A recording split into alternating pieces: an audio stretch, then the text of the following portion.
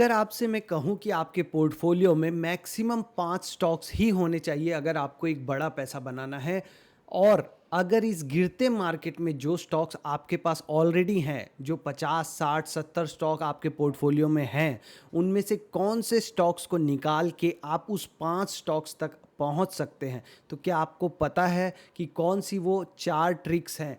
4 tricks मैं आपको बताऊंगा। ट्रिक्स नहीं है, ये सिस्टम है जो हमेशा काम करता है। फंडामेंटल, टेक्निकल, 4 ऐसे तरीके जो यूज़ करके आप उन स्टॉक्स में अप्लाई कीजिए जिनमें आप ऑलरेडी पोजीशन में हैं या तो आप एक नया पोजीशन बनाना चाहते हैं। इन चारों तरीकों को आप इस गिरते हुए मार्केट में ऐसे स्टॉक पहचानने के लिए भी यूज़ कर सकते हो जो कि आने वाले टाइम में आपको एक अच्छा रिटर्न दे सकते हैं। और अभी जो आपके पास स्टॉक है उनमें ये चारों तरीके लगा के देखिए और जो स्टॉक्स इन तरीकों में खरा ना उतरे उसे निकाल फेंकिए। और मैक्सिमम हमेशा, चाहे वो बुल मार्केट हो बियर मार्केट हो, 5 स्टॉक रखिए। क्योंकि अगर आपको बड़ा पैसा बनाना है तो आपको लिमिटेड नंबर ऑफ शेयर्स में इन्वेस्ट करना होगा। डाइवर्सिफिकेशन के नाम पे 70, 80, 90 स्टॉक्स में अगर आप इन्वेस्टेड रहेंगे और उसमें से अगर 2-3 स्टॉक मल्टी बैगर बन भी गए तो भी आपका कोई बहुत बड़ा रिटर्न नहीं बनेगा। लेकिन अगर आप 5 स्टॉक्स में रहेंगे और अगर कोई 1 या 2 स्टॉक्स ही मल्टी बैगर बन गया और बाकी के लॉसेस से आपने पैसे निकाल के पिरामिडिंग की, मतलब उस बढ़ते हुए शेयर में पैसे लगाए, तब आपका टोटल पोर्टफोलियो का वैल्यू एक बहुत बड़ा अमाउंट बन जाएगा। जितने भी लोगों ने पैसे बनाए हैं उनके पैसे कुछ लिमिटेड शेयर्स में ही बने हैं और उन्होंने कभी भी अपने पोर्टफोलियो में 500, 1000 स्टॉक नहीं रखे हैं। आपने रामदेव अग्रवाल जी का इंटरव्यू सुना होगा, जो मोतीलाल ओसवाल के फाउंडर हैं। उन्होंने कहा था कि उनके पास एक टाइम में कुछ 200 से 500 शेयर हुआ करते थे। फिर उन्होंने जब वॉरेन बफेट की कोई बुक पढ़ी तो उनको समझ में आया और उन्होंने उसको कम करके 15 स्टॉक्स पे लेके आए। तो उनके पास तो बहुत बड़ा अमाउंट था, इसलिए 15 स्टॉक। अगर आपके पास लिमिटेड अमाउंट है तो आपको 5 स्टॉक्स ही रखने चाहिए। ठीक है, तो अब आगे बढ़ते हैं कि अगर आपके पास अभी 70 स्टॉक हैं, 70 मिनट वाले 70 स्टॉक, तो आप क्या करोगे? दूसरा, इस गिरते हुए मार्केट में निफ्टी अभी गिर रहा है ना, तो आपको कौन से स्टॉक निकालने हैं वो कैसे पता चलेगा कि किसको मैं रखूं और किसको निकालूं? तो मैं अपनी तरफ से आपको 4 तरीके बताता हूं। आपको ठीक लगे तो आप इन चारों में से कोई भी तरीका यूज़ करके देख लो, नहीं तो एक बार इन चारों पैरामीटर को आपके पास जो भी स्टॉक हैं उसमें एक बार अप्लाई करके देखो। अगर चारों नहीं हैं, उसमें निगेटिव हैं, तो फिर भी रखना उसको, अगर आपकी मर्जी है तो। पर उसके बाद अगर वो आपको सच में फ़ायदा देते हैं तो मुझे भी बताना कि मैं भी फिर अपने सिस्टम में इम्प्रूवमेंट करूँगा। ठीक है, तो पहला तरीका देखते हैं। पहला तरीका है सबसे simple, EPS growth. Earning per share में ग्रोथ है कि नहीं। जो भी आपके पास शेयर है उसकी अर्निंग पर शेयर में अगर ग्रोथ नहीं है क्वार्टरली रिजल्ट में, तो आप उसको निकालने के बारे में सोच सकते हो। अगर एनुअल रिजल्ट में, वार्षिक रिजल्ट में नहीं है ग्रोथ, तो बिल्कुल ही निकाल देना चाहिए। क्वार्टरली में तो फिर भी आप एक और क्वार्टर का वेट कर सकते हो कि ये अगली तिमाही में हो सकता है ईपीएस में ग्रोथ आ जाए। नहीं, अब कहाँ से देखना है ईपीएस ग्रोथ? तो भैया उस शेयर का नाम लिखो गूगल में और सामने में लिख दो screener.in। चलो चलते हैं, ब्राउज़र में गए, ये है screener.in, लेकिन मैं आपको शुरू से बताता हूँ। तो यहाँ पे आप क्या लिखोगे? मान लो आपके पास है क्या, जोमेटो। जोमेटो screener.in आपने लिख दिया, screener.in, और आपने सर्च किया तो आपको ये पेज खुला। आप इसको ओपन कर लो, पहला वाला, तो ये पेज आएगा आपको। अब इस पेज में आप जब नीचे आओगे तो आपको पहले दिखेगा क्वार्टरली रिजल्ट, मतलब तिमाही नतीजे। हर तिमाही का यहाँ देखो नतीजा है, सितंबर, दिसंबर, मार्च, जून। अब यहाँ देखो, जब ये निगेटिव था इसका ईपीएस, और उसके बाद जैसे ही ये जीरो हुआ, निगेटिव से जीरो होना मतलब टर्न अराउंड होना, कंपनी का पॉजिटिव हो गया। उसके बाद देखो ये बढ़ते गया, 0 से 0.04, 0.16, मतलब ये 4 गुना हो गया। आप इसको समझ रहे हो ना? इस नंबर को 0.04 से 0.16 होना मतलब 4 गुना हो जाना ईपीएस, और यहाँ जीरो हो जाना -2.22 से, मतलब यहाँ पे भी बहुत बड़ा जंप है। अब ये किस टाइम में हुआ है आपको पहले वीडियो में भी मैंने बताया था। दूसरे भी स्टॉक को मैं आपको दिखाऊंगा। आप एकदम ये मत सोचिए कि जोमेटो का ही एग्जांपल बार बार बता रहे हैं सर। जून में ये देखो जीरो हुआ और उसके बाद ये बढ़ते गया, तो यहीं से आप इसका अगर चार्ट खोल के देखोगे ना जोमेटो का, मैं आपको बार बार बोलता हूँ कि आप ये सब चीज़ों को अपने इम्प्लीमेंट करो, आपकी ट्रेडिंग इन्वेस्टिंग दोनों बहुत बदल जाएगी। आप जो रैंडम आप सोच रहे हो ना कि मैं किसी के भी बताने से ले लूँगा स्टॉक और कमा लूँगा, ऐसा नहीं होता स्टॉक मार्केट में। ये देखो जून जुलाई के टाइम में तक ये कंसोलिडेट कर रहा था और इसी फेज़ के बाद ये यहाँ से रैली आई है, यहाँ से ये जून जुलाई का ही टाइम है। तो यहाँ पे हमने क्या देखा अभी कि जो ईपीएस है वो यहाँ से बढ़ना चालू हो गया था और वो भी काफ़ी तेज़ी से बढ़ा और जीरो भी हो गया था, मतलब माइनस से अब कंपनी क्या कमाने लग गई थी। तो अब आपको देखोगे कि यहाँ पे देखो इसका ईपीएस क्या है, कम हो रहा है, अब कम हो रहा है। तो स्टॉक क्या हो गया है, साइडवेज हो गया। अब यहाँ स्टॉक को देखो, यहाँ देखो ये साइडवेज हो गया है। अगर इसका तिमाही में ईपीएस कम आ रहा है तो ये नीचे भी चला जाएगा। ऐसे ही अगर आप एशियन पेंट का देखे होगे, आप एशियन पेंट जो इतना गिरा है अभी, उसका ईपीएस कम आ रहा है, उसका ईपीएस कम आ रहा है, इसलिए उसमें गिरावट आ रही है, मतलब अर्निंग पर शेयर में गिरावट।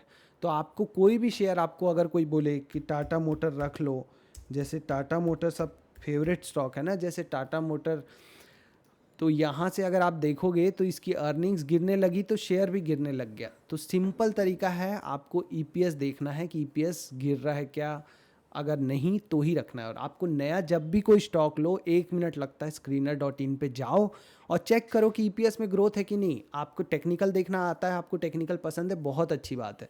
एक बार ईपीएस भी देख लोगे तो ग्रह नक्षत्र जो बोलते हैं 36 के 36 गुण मिल गए वाला कहानी हो जाएगा कि हाँ, अब आप और इंश्योर हो सकते हो, कि कन्विंस हो सकते हो कि आपका शेयर अच्छा है, कंपनी अच्छी है, उसके पीछे का बिजनेस अच्छा है।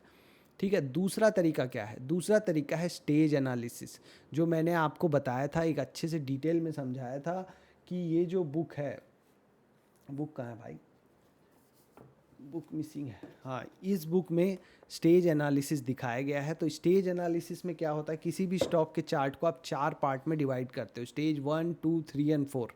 तो जो भी स्टॉक स्टेज 4 में चले गए हैं उनसे हमें निकल जाना चाहिए। स्टेज 2 और 3 में है आपका स्टॉक तो बहुत अच्छी बात है। ये वीकली चार्ट है, वीकली जैसे ही किसी स्टॉक के चार्ट को बनाओगे कुछ इस टाइप का आपको दिखेगा, आपको समझ में आ जाएगा कौन से स्टॉक स्टेज में, आप इससे कंपेयर करो। क्योंकि स्टेज 4 में वो कितना गिरेगा आपको नहीं पता। और ये मत सोचिए कि सर हम यहाँ बेच देंगे और फिर से ऊपर चला जाएगा तो हम ले लेंगे, नहीं। जब स्टेज 4 में आप यहाँ पे जैसे ही स्टेज 4 में जाए अगर आप निकल जाओगे, तो जब वापस से वो स्टेज 1 बनाएगा ना, जब स्टेज 4 के बाद स्टेज 1, तब वहाँ पे ब्रेकआउट होगा, जब ऐसा, तब वहाँ पे आप फिर एंट्री कर लेना। फिर से आप स्टेज 2 में रहना, 3 में रहना, जैसे ही 4 में जाएगा फिर निकल जाना। ऐसे ही होता है, मुश्किल नहीं है। आप अगर स्टॉक के चार्ट को देखो, ये देखो, ये टाटा मोटर का चार्ट है। अब मैं क्या बोल रहा हूँ, इसको वीकली चार्ट बना लेना है। क्या बनाना है, वीकली। अब देखो वीकली चार्ट में क्या है, ये दिख रहा है ना, स्टेज 4 था, स्टेज 4 में गिर रहा था स्टॉक। ये क्या है, ये साइडवेज पैटर्न क्या है, यहाँ पे स्टेज 1 है। अब आपको यहाँ पे बनाने की ज़रूरत नहीं, आप पैटर्न वगैरह, लेकिन फिर भी आपकी जानकारी के लिए ये एक स्टेज 1 है और यहाँ से ब्रेकआउट हुआ है बड़े वॉल्यूम के साथ। ये वॉल्यूम अगर आपको दिख रहा है तो ये बड़े वॉल्यूम के साथ ये ब्रेकआउट हुआ। मैं आपको जूम करके दिखाता हूँ, ये देखो, ये अभी जो हमने अभी देखा ना स्टेज एनालिसिस, उसका ये एक पूरा एक स्टेज है। ठीक है, यहाँ कंसोलिडेट कर रहा है स्टॉक साइडवेज, यहाँ पे ब्रेकआउट हुआ, ये दिख रहा है ब्रेकआउट, और ये बड़ा वॉल्यूम दिख रहा है। इसके बाद स्टॉक ऊपर जाने लग गया, तो ये पूरा जोन क्या है, ये पूरा जोन स्टेज 2 है। ठीक है, अब यहाँ पे फिर से स्टॉक फंस गया स्टेज 3 में और ये स्टेज 4 चालू हो गया। अब ये कितना गिरेगा किसी को नहीं पता, कहीं जाके ये फिर से कंसोलिडेट होगा और उसी कंसोलिडेशन में ब्रेकआउट में जब ये ऊपर ब्रेकआउट दे तब आपको एंट्री बनानी चाहिए। ठीक है, ये है सिंपल सा तरीका। आप कोई भी स्टॉक में लगा के देखो, आपके पास जो स्टॉक है उनमें लगा के देखो, काम करता है। ठीक है, तो ये हो गया दूसरा तरीका स्टेज एनालिसिस का। तीसरा तरीका क्या है, 30 वीक मूविंग एवरेज। सिंपल सा तरीका है स्टॉक को एलिमिनेट करने का, कि लेना है कि नहीं लेना है। अगर आप इसी चार्ट में, ये वीकली चार्ट में लगाना है, इसमें इंडिकेटर में आपको क्या लगाना है, SMA, सिंपल मूविंग एवरेज, जो कि बहुत सिंपल है और लोग कॉम्प्लिकेट करते हैं। लोगों को लगता है इंडिकेटर नहीं लगाना है हमारा, मतलब इंडिकेटर लगाने से हम छोटे हो जाएंगे। ऐसा नहीं है, आपकी बहुत मदद ही करते हैं ये सब इंडिकेटर। अब ये क्या है, 30 वीक मूविंग एवरेज। देखो, अगर आप यहाँ पे ये सोच के, ये साइडवेज मार्केट में ये इसके अंदर घुसने लगता है, इस अप ट्रेंड के बाद आप देखो वीक यहाँ पे क्लोज नहीं हुआ। इस वीक को देखो आप, 30 वीक मूविंग एवरेज के नीचे आया प्राइस, लेकिन क्लोज नहीं हुआ, ऊपर चला गया। और जब यहाँ पे जब ये एग्जिट हुआ तो आप यही निकल सकते थे 996 में, कोई डाउट ही नहीं रहता। जब ये क्लोज़ किया ना, ये वीक, ये वाला वीक जब क्लोज़ किया 30 वीक के नीचे, तो आप अगर सिंपल सा रूल रखते कि सर मैं इसके नीचे निकल जाऊंगा, बाद में फिर घुस जाऊंगा अगर ये ऊपर गया तो आप कम से कम यहाँ निकल जाते। कई लोग अभी तक बैठे हुए हैं ये सोच के कि मेरे करण अर्जुन आएंगे। करण अर्जुन आ सकते हैं, लेकिन टाटा मोटर यहाँ से ऊपर जाएगा कि नहीं, वो आपको सिर्फ 30 पीरियड मूविंग एवरेज ही बताता।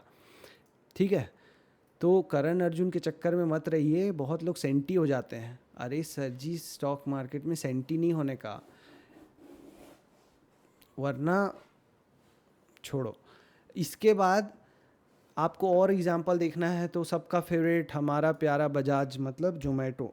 हमारा बजाज जोमेटो का स्टॉक खोल लो, देखो यहाँ देखो, ये वीकली के नीचे गया, वापस से ऊपर लाके क्लोज करा दिए, मतलब बने रहने का, ऊपर जा रहा है, जाने दो जाने दो। अभी ये वीक, आज फ्राइडे है क्या, आज थर्सडे है, अगर ये कल फ्राइडे के दिन इसके नीचे क्लोज हो जाता है, वापस से रिजेक्शन नहीं आता है, तो निकलने का संकेत है। अगर अपना सिस्टम है तो 30 वीक मूविंग एवरेज। अब इसी स्टॉक को कल अगर ये क्लोज हो गया यहाँ, तो सब मार्क करके रखेंगे और उसके बाद देखेंगे कि ये स्टॉक क्या यहाँ आ रहा है कि यहाँ जा रहा है। ठीक है, तब पता चलेगा ना कि ये काम करता है कि नहीं। फिर कमेंट में खूब गालियाँ देना अगर ये यहाँ चला गया तो, और यहाँ आ गया तो भी गालियाँ देना, क्योंकि बहुत लोग हैं जिनको कोई सीखने में इंटरेस्ट नहीं है। ये हो गया आपका तरीका नंबर 3। लास्ट तरीका है पी रेशियो 50 के ऊपर।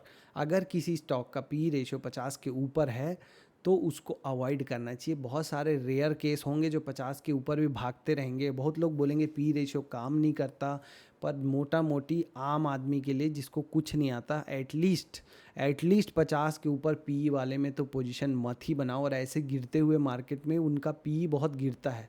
पी कब बढ़ता है, जब मार्केट अप ट्रेंड में होता है तो पी मार्केट को दिया जाता है उस शेयर्स को, लेकिन डाउन ट्रेंड में पी कॉन्ट्रैक्शन होता है। तो किसी भी शेयर का प्राइस, पहले भी हमने बात की थी, शेयर का जो प्राइस होता है वो दो चीज़ों से बनता है, पी रेशियो, और जब पी रेशियो को आप गुणा कर दोगे, मल्टीप्लाई कर दोगे अर्निंग पर शेयर से, एक शेयर के पीछे कंपनी कितना कमाती है और आप उसको कितने साल का पैसा देना चाहते हो। मान लो कोई कंपनी एक शेयर के पीछे 10 रुपये कमाती है साल का, और आप बोल रहे हो कि मैं उस कंपनी को अगले 15 साल का पैसा अभी से दे दूंगा, उसके बदले में मैं ख़रीदना चाहता हूँ। तो 15 का पी दिया आपने, तो स्टॉक प्राइस हो गया 150 का।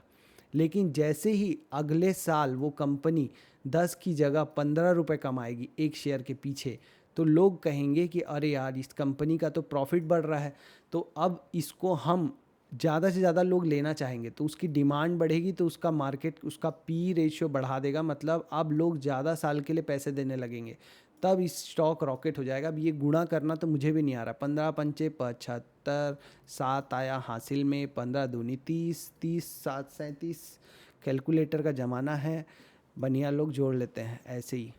ठीक है, 375 हो गया। लेकिन अगर कहीं बियर मार्केट आ गया और ये ईपीएस 15 का 20 भी हो गया, 15 का 20 भी हो गया, तो क्या हुआ, जो ग्रोथ 10 से 15 में आई थी 50%, वो ग्रोथ यहाँ नहीं आई। अगर 50% ग्रोथ आती तो ये कितना होता, 22.5, लेकिन कितना हुआ 20, और बियर मार्केट भी आ गया तो ये पी तुरंत क्या हो जाएगा, 25 से 20 आ जाएगा। अब ये 20 इंटू 20 कितना होता है, 400, तो स्टॉक साइडवेज हो जाता है।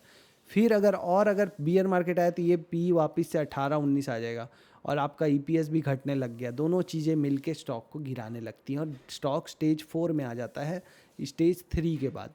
ये था स्टेज 2, ये स्टेज 1। ठीक है, तो समझ में आ गया आपको। ये सिंपल 4 तरीके हैं, आप इसको आजमा के देखो, आपको बहुत हेल्प करेगा। सब कुछ सिंपल तरीका है, एकदम सिंपल तरीका, कोई कॉम्प्लिकेटेड चीज़ नहीं है।